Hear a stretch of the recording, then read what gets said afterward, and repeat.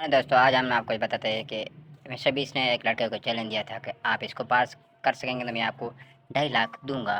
2.5 लाख मतलब $80,000 ये इनको देगा। चलो तो हम देखते हैं ये चैलेंज कैसे पार कर सकता है। ये देखिए, ये इतनी कोशिश कर रहा है पास करने की, क्योंकि हर बंदे की ये ख्वाहिश होती थी कि कोई भी ऐसा मौका हो जिस मौके के ज़रिए मैं इतने पैसे कमा सकूँ, मतलब कि पूरी ज़िंदगी अच्छे तरीके से कमाऊँ। लेकिन ये इतना आसान नहीं है जितना ये समझ रहा था। आओ हम साथ में देखते हैं कि ये कैसे करता है। ये इतना मुश्किल तरीन चैलेंज है, किसने इसको दिया है कि पार कर सकेगा या नहीं कर सकेगा। $80, आप ये $80,000 है, आप देख सकते हैं। चलो तो हम देखते हैं साथ में ये लड़का या ये बंदा कैसे पार करता है। ओहो, इतनी ऊंचाई से ये कैसे जंप मारा है। मतलब इसकी ज़िंदगी क्या इसको प्यारी नहीं है?